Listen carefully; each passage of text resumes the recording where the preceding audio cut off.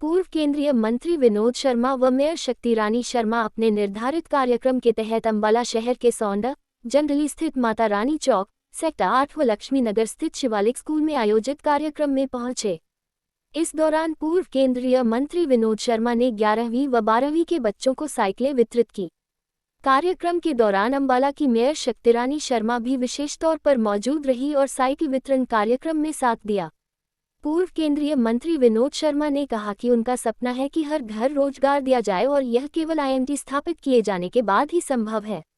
उन्होंने चिंता जताई कि जिन युवाओं की उम्र वर्ष 2009 में 10 साल थी अब वह जवान हो चुके हैं और उन्हें रोजगार की जरूरत है, लेकिन आईएमटी न होने के कारण उन्हें रोजगार नहीं मिल रहा। साथ ही उन्होंने कहा कि 11वीं व 12वीं में पढ़ने वाले बच्चों को आने वाले 5 सालों में रोजगार चाहिए और यदि रोजगार नहीं मिलता तो पढ़ाई लिखाई का कोई फायदा नहीं। उन्होंने एक बार फिर कहा कि आईएमटी लगवा कर रहेंगे और इसके लिए आप सभी का साथ चाहिए। और मेयर मैम श्री शक्ति रानी शर्मा जी का हमारे गांव सौंडा में पहुंचने पर हार्दिक अभिनंदन व स्वागत करता हूं। और श्री विनोद शर्मा जी और उनके साथ आए पूरा परिवार सारा सामाजिक कार्यों में संपृक्त है। मैं माननीय शर्मा जी को बताना चाहता हूं कि आपके समय में हमारे गांव में 3 सरकारी नौकरियां लगी थी, उनके आगे बच्चों को भी आज साइकिल वितरित होनी है। उसका एक का भतीजा है गुरदास जेई लगा था लड़का, और एक बिजली लाइन वैन में हैप्पी लगा था। और उसके बाद 2014 के बाद 14-15 के टाइम में वो शायद जॉब लगे थे। उसके बाद आज तक कोई भी हमारे गांव में एक भी सरकारी नौकरी नहीं लगी है।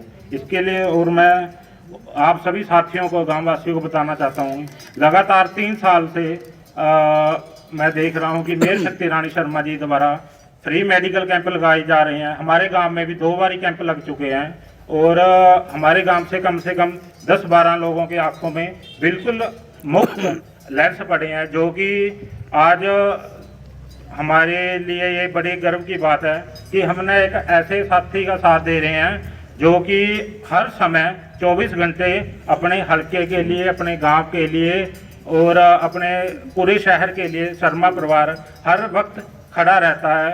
और इसी जैसे 2020 के बाद 2-3 आपदा ऐसी आई हैं जिसका हम सबको बताया कि बाढ़ आई थी, तो उसके अंदर भी मेरे बड़े भाई श्री कार्तिक शर्मा जी खुद गांव में जाकर उन्होंने लोगों की समस्या सुनी और खाना राशन जो भी उनको पहुंचाया समय समय पर।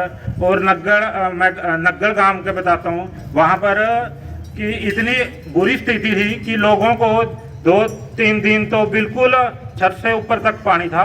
शर्मा जी ने अपने खर्चे से वहां पर किश्तियां पहुंचाई, जो कि साइकिल अंकल जी वहां पर 3-4 दिन हफ्ता 10 दिन जितना पानी नहीं उतरा वहां पर दिन रात लगे रहे। और बाकी परिवार भी पूरे शहर के अंदर बाढ़ के समय सब शहर वासियों की तन मन से उन्होंने सहायता की है। और ये परिवार एक ऐसा परिवार है जो कहता है कि ये मेरा मतलब कि इलाका नहीं है, हल्का नहीं है, ये मेरा खुद का अपना घर है। इसके लिए मैं पंडित विनोद शर्मा जी का और मेयर मैडम शक्ति रानी शर्मा जी का हमारे गांव सौंडा में पहुंचने पर बहुत बहुत धन्यवाद करता हूं।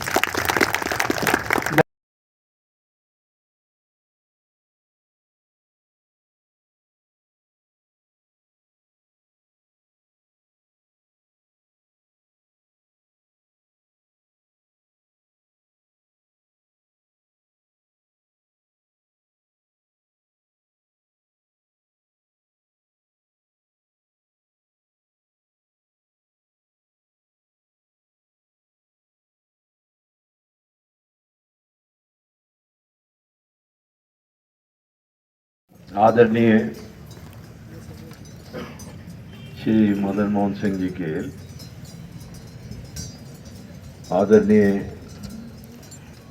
MC सरदूल सिंह जी, आदरणीय मेजर सिंह जी,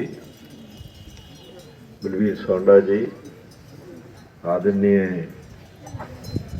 वकील चंद जी, आदरणीय श्री रविंद्र सिंह सौंडा जी, आदरणीय मदन लाल जी, आदरणीय चोपड़ा जी, आदरणीय मेरे पांडे जी, आदरणीय शर्मा जी, बाकी मेरे साथियों, आज जो बच्चों के साइकिल वितरण का समारोह है, ये सिर्फ महज साइकिल की बात नहीं है, इसके पीछे एक भावना है। मैं राजनीतिक बात में नहीं जाऊंगा। मेरे से पहले गुप्ता जी ने बोलते हुए बहुत कुछ तफसील से आपके साथ चर्चा की है, लेकिन आज जो हालात हैं उनकी गंभीरता को तो देखना पड़ेगा। जैसे ये बात बीच में से आई कि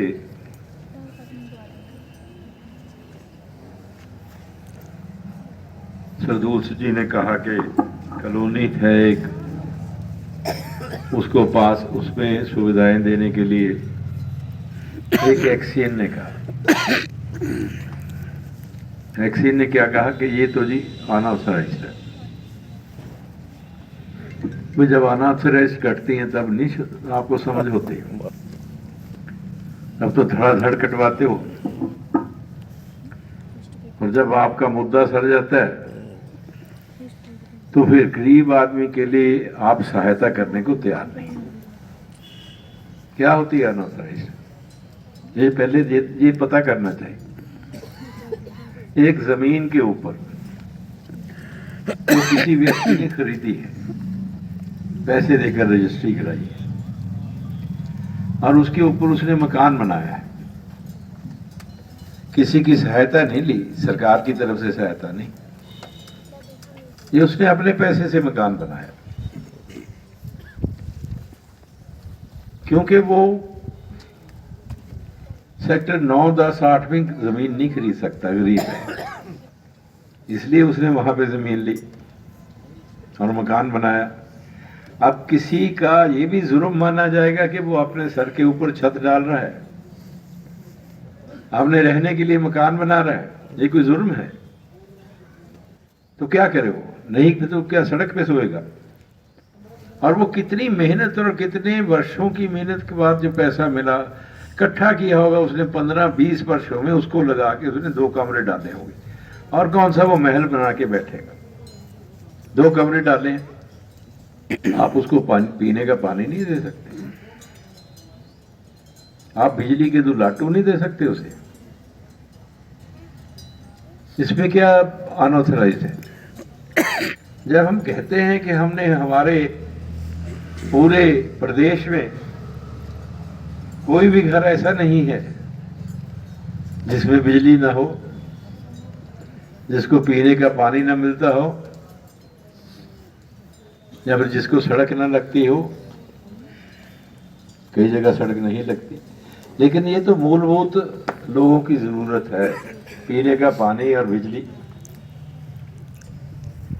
तो हम ये कहते हैं कि है, लेकिन अगर नहीं है तो हमें प्रयास करना चाहिए, देना चाहिए, या फिर हमें ये सोचना चाहिए कि गरीब का घर घर नहीं है, उसके कोई अधिकार नहीं, उसको पीने के पानी और बिजली की जरूरत ही नहीं है।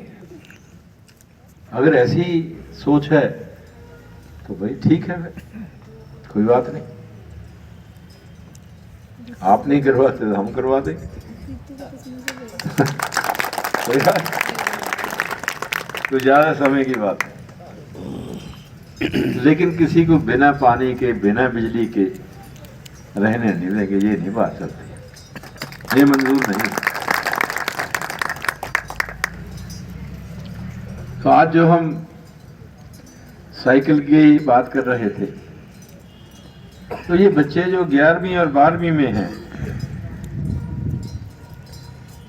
और सरकारी स्कूलों में पढ़ते हैं, बहुत दूर दूर से बच्चे पढ़ने के लिए आते हैं। अब आपका गांव को छोटा नहीं, बड़ा गांव है, काफी आबादी है, आपके बच्चे भी दूर पढ़ने जाते हैं। आपके गांव के हिसाब से तो यहाँ 10+2 का स्कूल होना चाहिए था। कम से कम इतनी दूर ना जाना पड़े। हम बात करते हैं एजुकेशन की, और एजुकेशन लेने के लिए बच्चों को 8-8 किलोमीटर दूर जाना पड़ता है, खासतौर पे लड़कियों को। लड़कियां 7-8 किलोमीटर स्कूल में पढ़ने जाएंगी और पैदल जाना पड़ता है और पैदल आना पड़ता है, तो मोस्टली पेरेंट्स सोचते हैं, कहते हैं कि रहने दो, जाने में 2 घंटे 1.5 घंटा लगेगा, आने में समय लगेगा। क्यों फर्क है? जो पब्लिक स्कूल है या प्राइवेट स्कूल है उनकी बसें चलती, वो बच्चों को ले जाती है, बच्चों को छोड़ जाती है, उनको कोई वो सुविधा नहीं है। लेकिन सरकारी स्कूलों में ना कोई बस है, ना कोई रूट है, ना कोई लेके जाए ना कोई छोड़ के जाए। क्या फायदे? क्या हम अपनी पढ़ाई की वजह से अपना और अपने बनने वाले परिवार का जीवन सुधार सकते हैं? क्या हम अपने परिवार का, अपने माता पिता का जीवन सुधार सकते हैं, उनकी सहायता कर सकते हैं? उसके लिए पढ़ाए जाते हैं कि खुद भी अच्छे बने, खुद भी उनका जीवन अच्छा बने और वो परिवार का भी जीवन अच्छा बनाए। इसलिए ये पेरेंट्स जो है अपने बच्चों को पढ़ाते हैं।